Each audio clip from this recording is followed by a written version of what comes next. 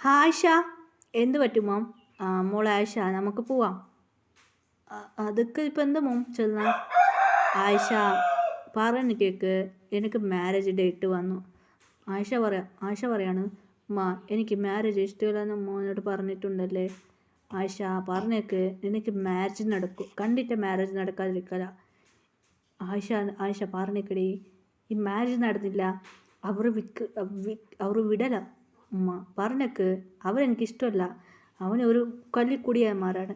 Daily അവൻ്റെ വൈഫിന് മുൻപത്തെ വൈഫിനെ അവൻ അടിച്ച് ശരിയാക്കി. അതുകൊണ്ട് അവൾ കരഞ്ഞിട്ട് എൻ്റെ ഫ്രണ്ടിൻ്റെ വീട്ടിൻ്റെ അടുത്തുള്ള വീട് താമസിക്കുന്ന. ആയിഷ പറഞ്ഞേക്ക്, ആയിഷ നീ മാരേജ് കഴിക്കുക. ആയിഷ പ്ലീസ് ആയിഷ, എല്ലാവരും നമ്മുടെ മെറിറ്റാണ്. നിൻ്റെ ബാപ്പൻ്റെ ഹോട്ടൽ അവന് എന്തോ ഫുഡ് കളിക്കി കൊടുത്ത് മെറിറ്റാണ്. ആയിഷ പ്ലീസ് ആയിഷ, നീ സമ്മതിക്കേ. ബാപ്പ എനിക്ക് മാരേജ് ഇഷ്ടമല്ല പറഞ്ഞ കേട്ടു ബാപ്പ, നിൻ്റെ ഒരു പലവട്ടം പറഞ്ഞിട്ടുണ്ടോ. ആയിഷ എന്ത് പറ്റുമ്മ? ആയിഷ വേറെ വയ്യില്ല. ആയിഷ നീ ആരും ലവ് ചെയ്തെന്ന് പറഞ്ഞാൽ നീ ആരും ലവ് ചെയ്യുന്നുമില്ല. ആയിഷ പറഞ്ഞു, ഞാൻ ലവ് ചെയ്യുന്നു. ആരാ മോളെ? ജേഹൂബ്. എനിക്ക് ജേഹൂബ് തന്നെ ഒരുപാട് ഇഷ്ടമ്മ. ജേഹൂപ്പ ഏത് ആ ഐഡലാണോ? അതെമ്മ. അവൻ എവിടെയാണ് ഉള്ളത്? നീ എവിടെ ഉള്ളത് ആയിഷ?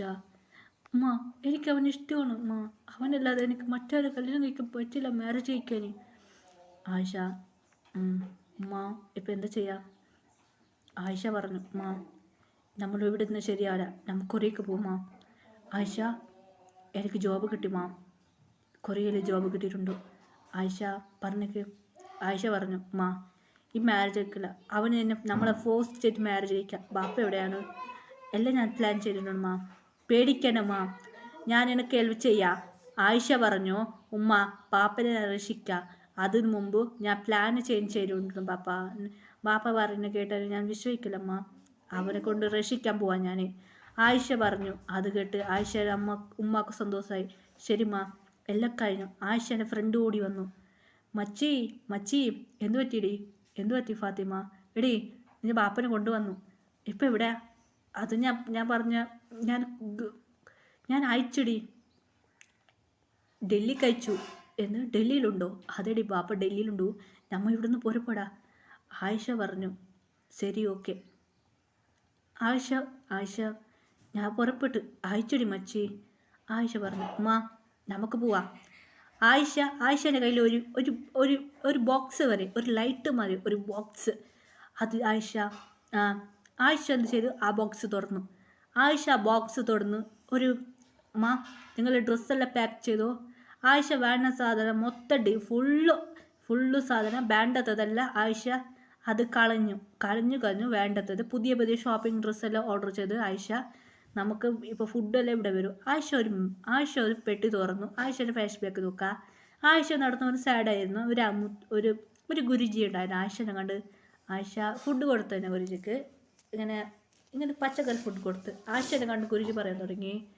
ആയിഷ ഞാൻ കണ്ടൊരു ഗുരുജി പറയാൻ തുടങ്ങി. അങ്ങനെ ആയിഷനെ കണ്ട് ഷോക്കായി. ഗുരുജി പറയാൻ തുടങ്ങി, മോളെ നിനക്ക് എതൊരു ലൈഫുണ്ടോ, നിനക്ക് കുറേ ആപത്ത് വരും. മോളെനിക്ക് ഹെൽപ്പ് ചെയ്തു കഴിഞ്ഞുകൊണ്ടു ഈ ബോക്സ് നിനക്ക് യൂസ് ആവും. ഇങ്ങനെ ഇതെൻ്റെ കയ്യിലുണ്ടാ ശരിയാവില്ല. അയാൾ അത് കൊടുത്തു.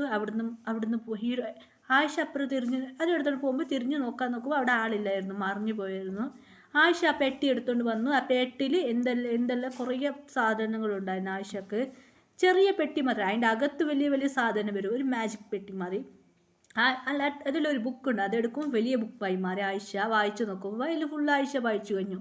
അത് ആയിഷ എല്ലാവരോടും ഇവിടെ നിൽക്കാൻ പറഞ്ഞു. ആയിഷയുടെ ഫ്രണ്ട് പറയുന്നത്, മച്ചി ഞാനെവിടെ ചെയ്യാം? ഓക്കെടി. ഹീറോയിൻ്റെ ആയിഷയുടെ ഫ്രണ്ട് പറയാൻ തുടങ്ങി, മച്ചി നമ്മ എന്ത് ചെയ്യാം? നീ കൂടെ വാടി. മച്ചി അതിപ്പോൾ എന്താ ചെയ്യാം?